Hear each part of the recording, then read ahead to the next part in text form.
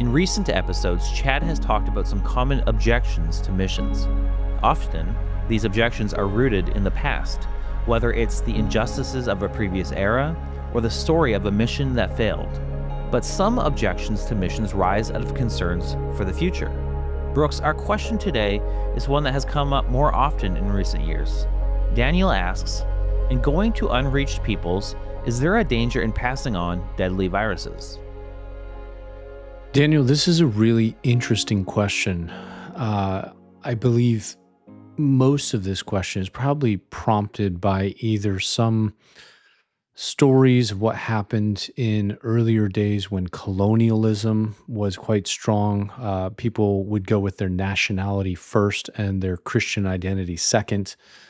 Sometimes that would happen, and too glaringly, it would happen in situations where the impact would be quite detrimental, not just for the people and their lives on this earth, but particularly their eternal security. And then there's also the recent event of John Allen Chow and him trying to go to the North Sentinelese. The majority of the things that I've read about that young man and him going, I've really been encouraged with the way that he thought through separating himself for a number of weeks so that he would make sure he's not contagious, that he didn't carry any pathogens with him or anything that would endanger those people. Now, I disagree greatly with his methodology and what he was endeavoring how to bring the gospel to those people, but the thought that he gave to not infecting them with disease, I thought was commendable in many, many ways. And so that's a more recent example. I've only heard of a handful of people groups, what I would call language groups, North Sentinelese being one of them, and then possibly some in the Congo and possibly some in Papua New Guinea and in West Papua, which is the other side of that island where Indonesia controls it, where there are languages that have had little or no contact. There may be some still down in the Amazon as well.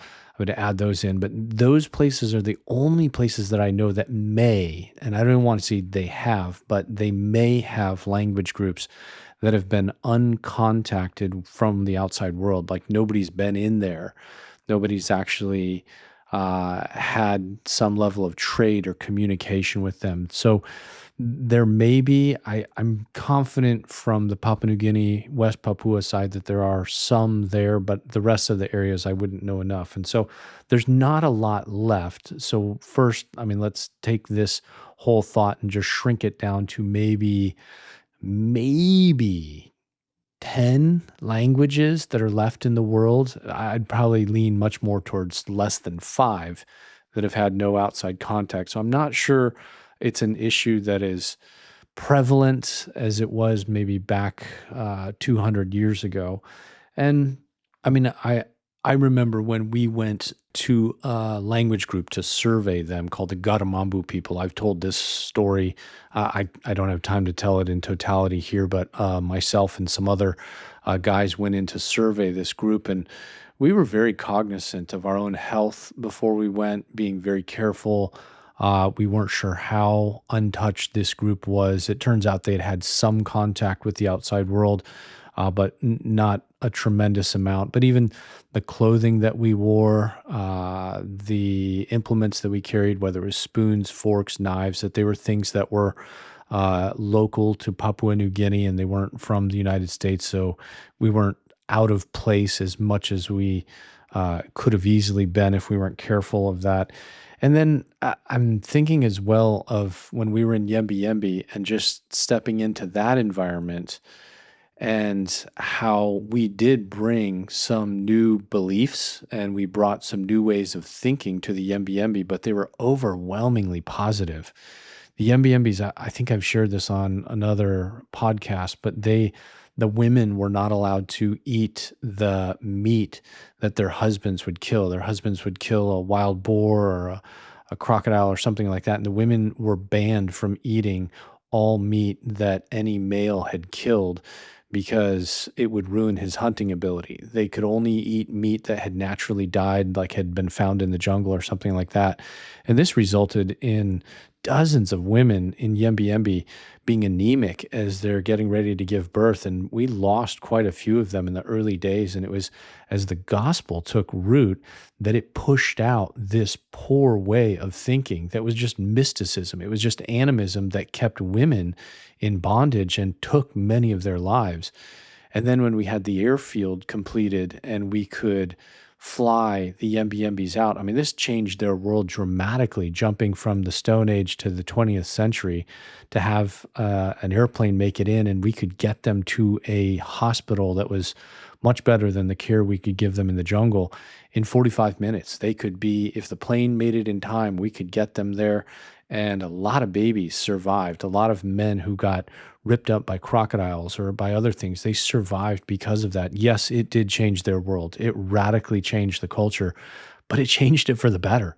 It saved lives. And when we were back in Yembi earlier this year, we try to go back every year to check on the church. And probably my best friend in the world, his name's Tarangawi. He's just, he's such a sarcastic guy. He's got a great sense of humor and he loves the Lord Jesus. And I love all three of those things. But he had a daughter when he was unsaved. We hadn't gotten to the gospel yet. Her name was Songokses, who was dying. And she was probably hours away from death.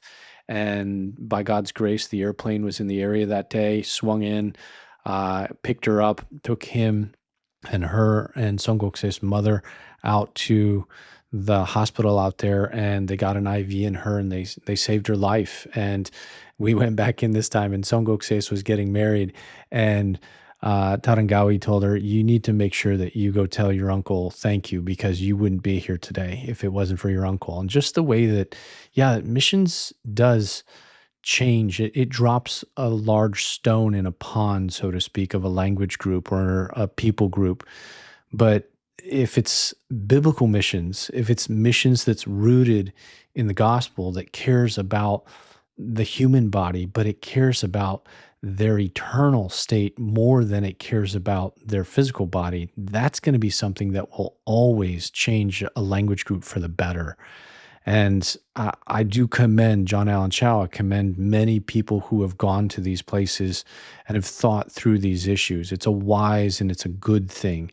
But we do need to reckon with the fact that missions is going to change a culture. It's going to change a people. But if it's good missions, by God's grace, it's going to change them for the better. It's going to change their eternal state in a dramatic way.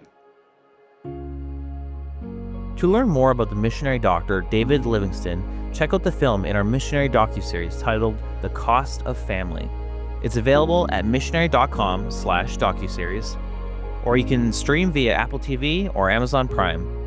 If you have a question for Ask Missionary, you can get in touch with us through social media, email, or drop a comment in the episode below. And don't forget to subscribe and stream our next episode on Shipwrecked Faith next week. Thanks for listening.